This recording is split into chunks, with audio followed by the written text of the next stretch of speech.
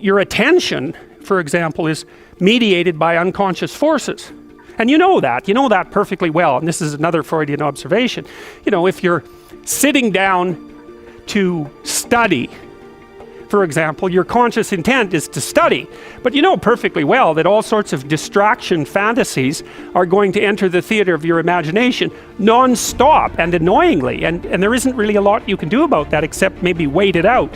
You know, so you'll be sitting there reading and your attention will flicker away. You'll think about, I don't know, maybe you want to watch Jane the Virgin on Netflix or something like that, or maybe it's time to have a peanut butter sandwich, or you should get the dust bunnies out from underneath the bed, or it's time to go outside and have a cigarette, or maybe it's time for a cup of coffee, or it's like all these subsystems in you that would like something aren't very happy just to sit there while you read this thing that you're actually bored by, and so they pop up and try to take control of your perceptions and your actions non-stop.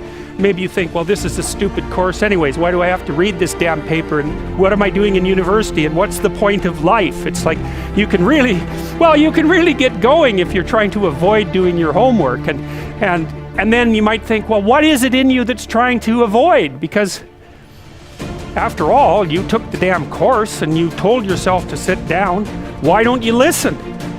Well, because you're a mess. That's basically why. You haven't got control over yourself at all. Okay, so there's the memory function of the unconscious, and there's the dissolutive function. That's an interesting one.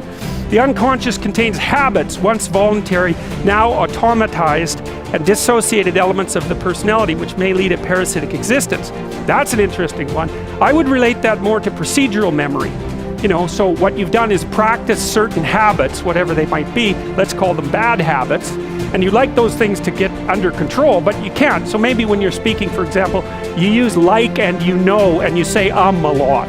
And you practice that, so you're really good at it, and you'd like to stop it, but you don't get to, because you've built that little machine right into your being, right? It's neurologically wired, and it's not under conscious control, and anything you practice becomes that.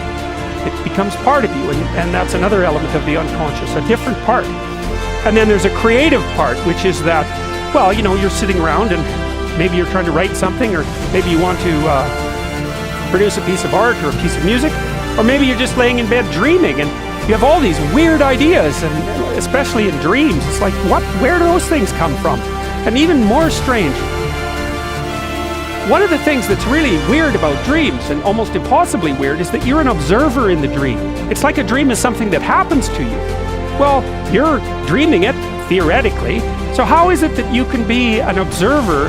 It's almost like you're watching a video game or a movie, but you're producing it, at least in principle, although the psychoanalysts would say, well, no, not exactly. Your ego isn't producing it, your unconscious is producing it. It's a different thing.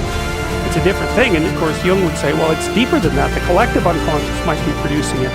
It's, in some sense, it isn't you exactly, or it isn't the you that you think of when you think of you. And that's the ego from the Freudian perspective, the you that you identify with, that's the ego. And outside of that is the unconscious, the id. That's more the place of impulses, and you could think about those as the biological subsystems that can derail your thinking, right? And that govern things like hunger and sex and aggression, and your basic instincts is another way of putting it. And it's a reasonable way of thinking about it, because these are subsystems that you share with animals. You share them certainly with mammals, you share most of them with reptiles, you share a lot of them with amphibians, and even going all the way down to crustaceans, there's commonality, for example, in the dominance hierarchy circuits. And so these are very, very old things, and the idea that you're in control of them is, well, you're not exactly in control of them. And I would say the less integrated you are, the less you're in control of them, and the more they're in control of you. And that can get really out of hand. You know, you can be like with people who have obsessive compulsive disorder, for example, which seems to be, I would say, the dissolutive elements in some sense of the unconscious, the way that it's portrayed here.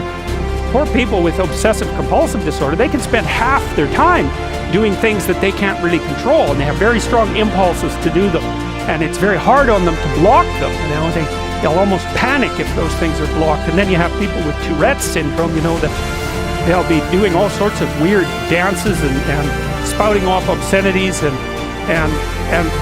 imitating people without being able to control it, and Sometimes a little bit of antipsychotic medication can dampen that down, but it's as if there are these autonomous semi-spirits inside of them that grip control over the behavior, make them do things. And you find that to some degree in your own life, because maybe you've become very attracted to someone, even maybe you don't want to be attracted to the person, and then you find yourself, texting them when you know perfectly well that you should be going to bed, and you're in a grip of something, and you can't control it, and that's all part of the unconscious and all part of what Freud was studying.